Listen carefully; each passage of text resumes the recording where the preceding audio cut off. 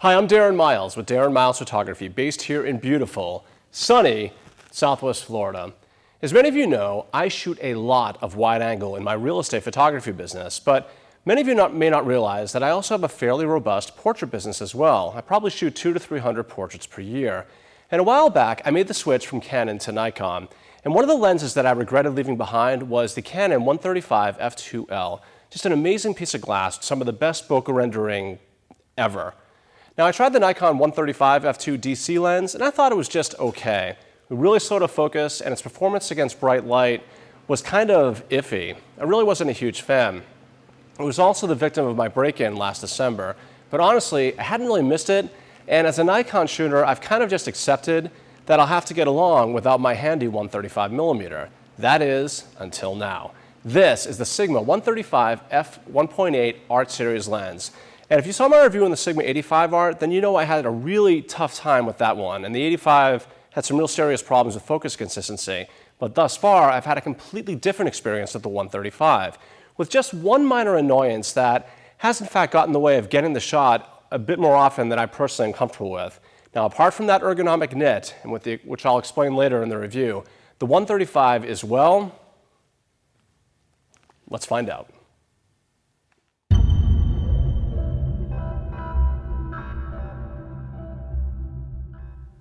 So first up is the build, and like all the other Sigma Art Series lenses in the line, build is of the uppermost in quality.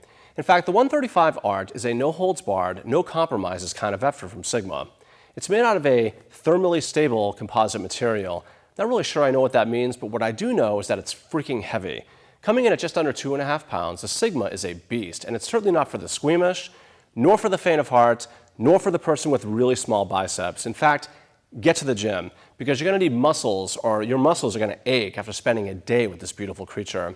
The focus ring is wide, ribbed, and really tactile, and it moves fluidly with a fair, though not too much, amount of resistance. It's not quite as refined as, say, Sigma's 50 to 100mm f1.8 or many of the lenses available from Zeiss, but it's still of high quality just the same. Now take a look at all that glass. The front element is a whopping 82mm. This thing is like the Hemi V8 of lenses. As more and more companies go for smaller, more compact, and lighter weight materials, Sigma has gone in totally the opposite direction and has just piled on the automotive equivalent of a lot of cylinders and cubic inches on the inside of this thing to get us to a place where a 135mm lens has an f1.8 aperture.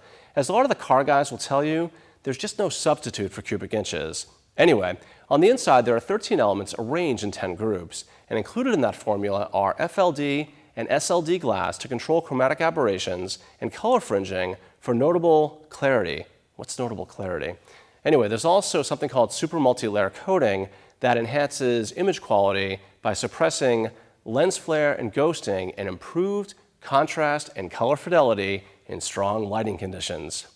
The aperture ranges from f1.8 to f16, and there are 9 routed aperture blades for some velvety, creamy, buttery bokeh rendering. It's beautiful.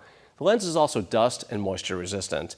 Now on the downside, and this is the first time that I've had this problem with the Sigma Art lens, or really any lens for that matter, the autofocus manual focus switch, which usually takes a bit of effort to toggle between the settings, well, on this lens, on my copy anyway, the switch takes hardly any pressure at all to go between those settings, and on many occasions the switch would flip and get knocked into manual focus, and then I would move or my subject would move just slightly, and the result was a less than tack sharp image.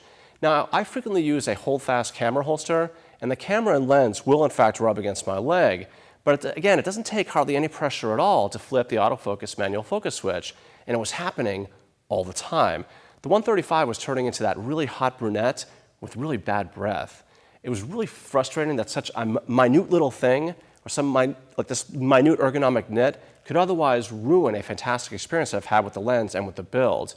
Anyway, be cognizant of that the switch might flip unbeknownst to you, and you may miss a shot. By the way, I was not experiencing this with the focus limiter switch. It's a little bit tighter. Otherwise, the Sigma is a physical specimen and gets a 9.5 out of 10 for build quality.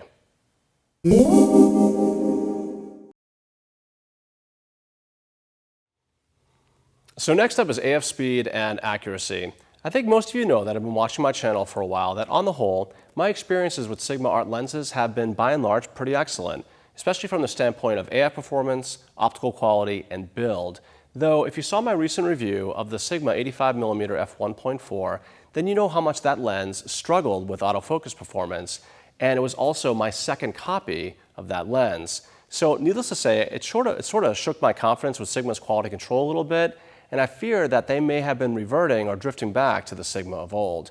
Well, I'm pleased to report that with the 135, AF problems have been virtually non-existent. In fact, very much unlike the 85, the 135 is nailing focus in the worst lighting conditions with nothing short of stunning accuracy. It's been incredible. From f1.8 onwards, AF performance has been spot on, meticulous, and exact. It's awesome.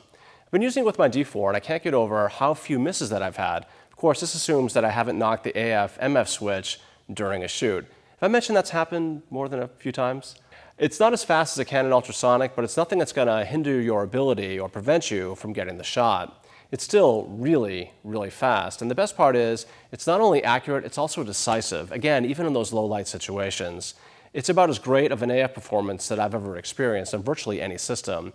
Now, if you shoot weddings or portraits, you're going to be rewarded with consistently fast and accurate autofocus. My copy, again, has been nothing short of bulletproof. So for AF speed and accuracy, the 135 gets a 10 out of 10.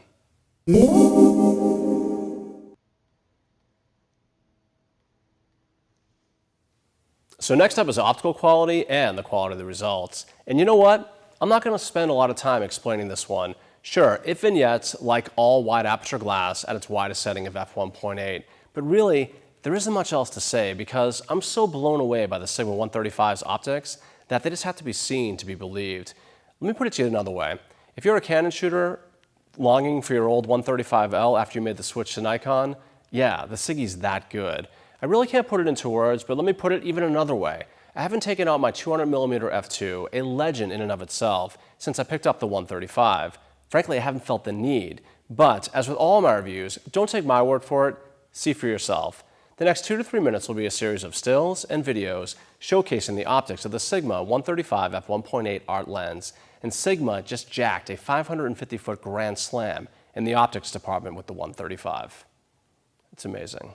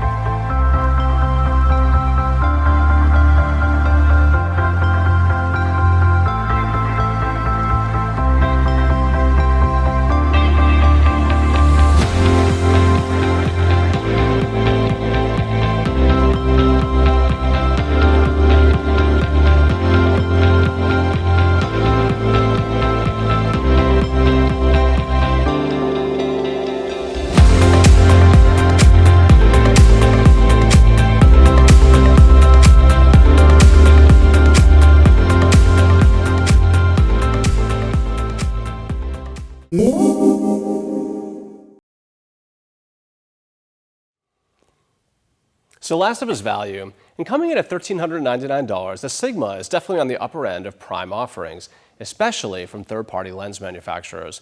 But great optics like this don't come cheap, and let there be no doubt the Sigma's optics are nothing short of amazing. This thing is sharp from f1.8 onward, it's got fast silent autofocus, build quality that just lives up to the art line of lenses, bokeh rendering that'll just blow your mind, etc.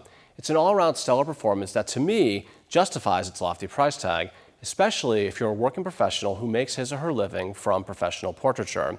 Just frankly, to stop this review right now, run out and buy one of these things.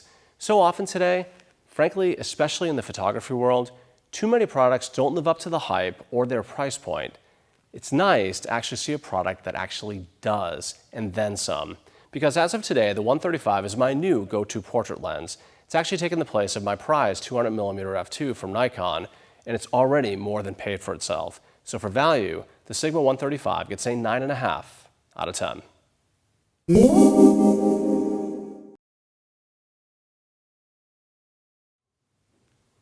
So to wrap up this review, we gave the Sigma 135 f1.8 Art Series lens a 49 out of 50 and our coveted Editor's Choice Award.